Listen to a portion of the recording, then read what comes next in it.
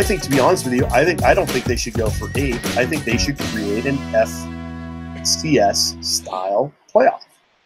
Period. End of story. Every other level of college football does it. So don't tell me they can't do it. Of course they can do it. They can do it if they want to do it. It's simply a matter of, and to be honest with you, I'm stunned that it hadn't happened before, because it's just more games, which is more money. And you always have to follow the money in this stuff.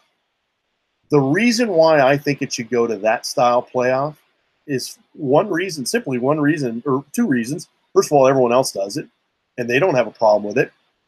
It seems to determine the best. And it is a tournament-style format, so it is kind of like March Madness. So yeah, you are trying to determine the best team, but you also understand that you're talking about the best team that's playing the best at that moment in time. That is what a tournament is, really. I mean, at the end of the day, that's what a tournament is. And so create a tournament, make it a tournament. That's fine by me.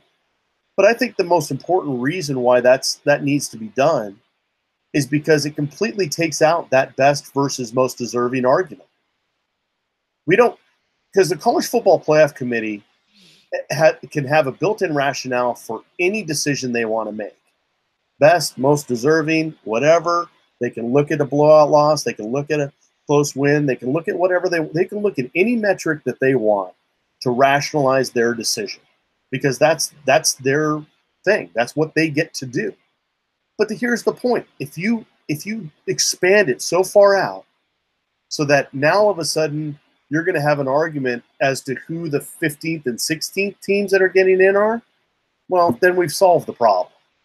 Because it's just like a 1 beating a 16 or a 16 beating a 1 in basketball, a 16 beating a 1 in football is going to be just as unlikely.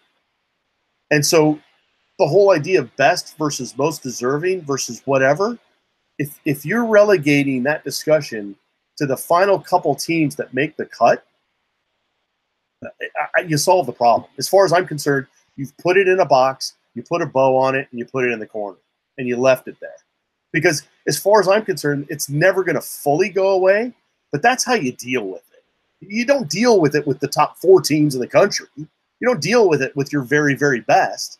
You deal with it with the guys that are going to be begging to get in. So to me, that's how you solve it.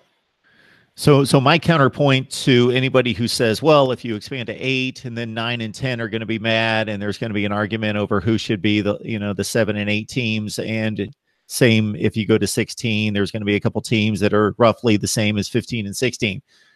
Here's the big difference.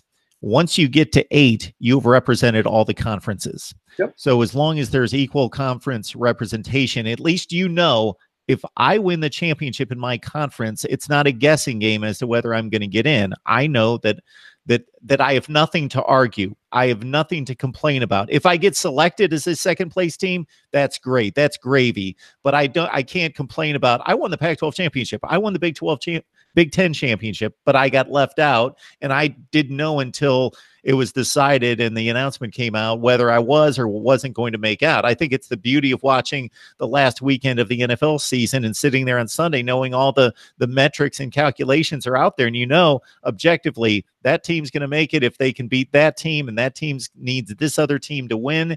And we know we're not having 13 people lock themselves into a room and then come out and say, there you go.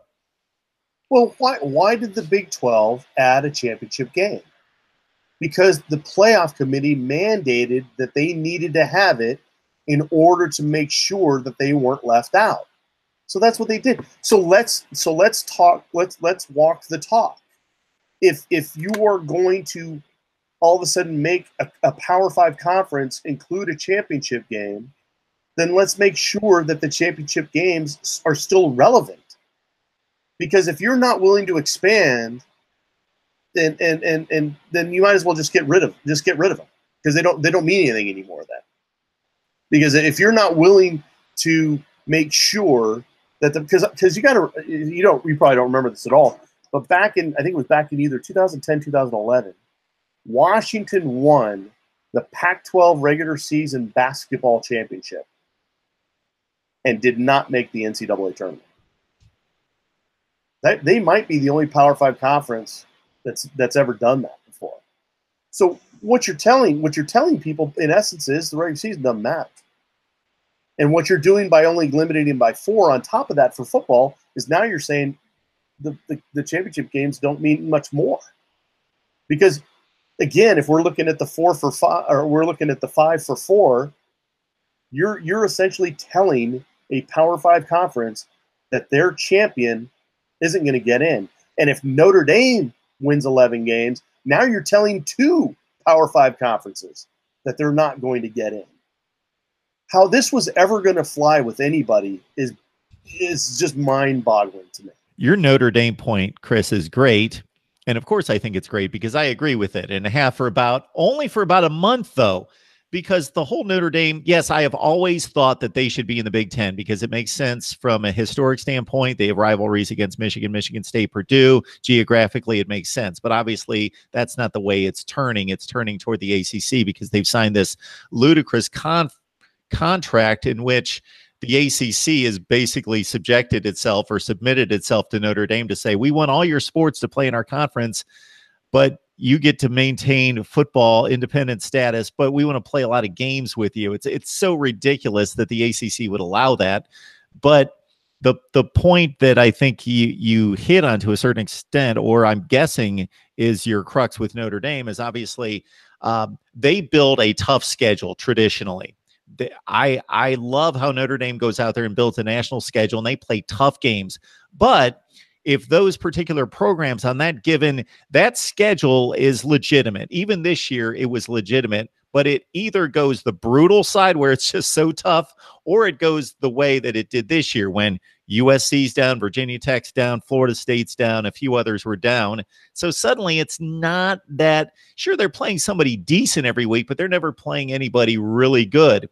So then that's not their fault, but their schedule turned out to be very marginal. Then we get to championship weekend, and this is when it really hit me that I'm sitting there throughout the day thinking, Oklahoma's playing for its life. Ohio State's kind of playing for its life, but because Oklahoma won by 2 scores, they probably have no shot, even though they're beating Northwestern by 24 points. Why are all these teams killing themselves? And Notre Dame's sitting in the clubhouse, and they don't have to play. And then in watching the Clemson-Notre Dame game, I'm thinking Notre Dame plays 5 ACC games. All their other sports are ACC members. This should have been the ACC championship game, and Notre Dame most likely would have been blasted in that game. Therefore, we would have had a clear Oklahoma and Ohio State get in, both at 13-1.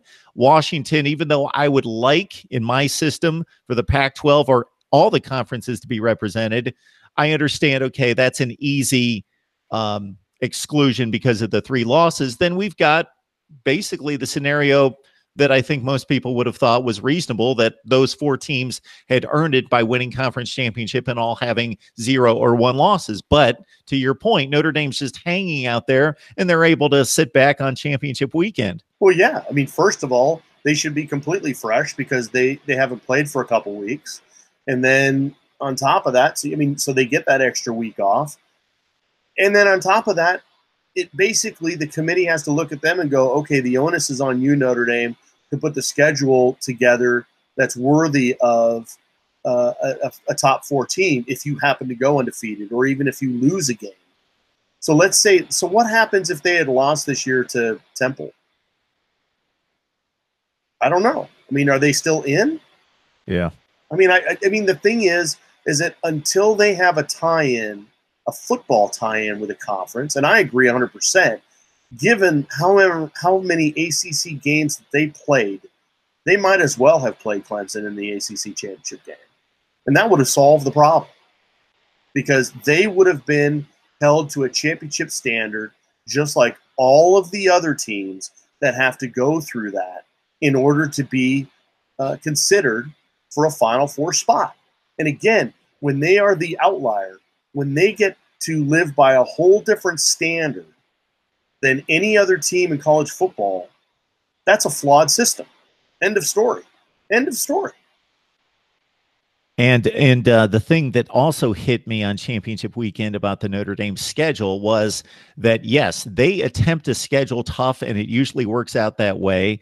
But anytime you schedule randomly, and it's not random, of course, but selectively across the country, then there is a chance that the Stanfords and Virginia Techs and so forth are going to go south. Whereas if you play a conference schedule, well, you miss a few teams, regardless of the conference. You miss playing a few teams, but you will play a selection of the best teams in the conference. Therefore, you cannot avoid playing really good teams. There's no avoidance of playing really good teams because you have to play in your conference and play the top teams in your conference. You may miss one, but you will play 3 of the top 4 of the top 5 teams in your conference. Therefore, you're going to play top 15 to 20 teams in the nation. Yeah, one thing I will agree with Mark is that there's no doubt that Notre Dame's schedule is tough. I mean, they schedule SC and Stanford and Michigan and whoever year after year, and then they had Georgia and all that. One thing I will say, though, is that typically when they do their schedule the way they do it, the natural selection will probably take care of itself. And Notre Dame usually will never be in the consideration for the playoff because at some point they're going to get tripped up at least once or twice because you can't usually run a gauntlet of schedule like that and do it undefeated or one loss. I mean, it's just very, very difficult to do. But when the stars align and when you have the Pac-12 teams like Stanford being down compared to what they've been, when you have USC that's not even bowl eligible and they go play them and they win, how does that all of a sudden make this? How does that add credence to the system? To me, how does that, just because they schedule those guys year in and year out, what happens if those teams are all of a sudden down? Should they still should get credit for that? I don't know. I mean, I guess that's why I'm not on the committee. Maybe you should be. Nah, I'm definitely not smart enough to be on the committee. Chris Fetters from Dogman 247 Sports Talk in Washington, and I dragged him into the Pac-12 and then the nation, and we've taken up your time, Chris. So I appreciate you stopping by and giving us the lowdown on all of this because it's going to make for some great video posts. So thanks so much for your time, and Happy New Year. Happy New Year to you, Mark.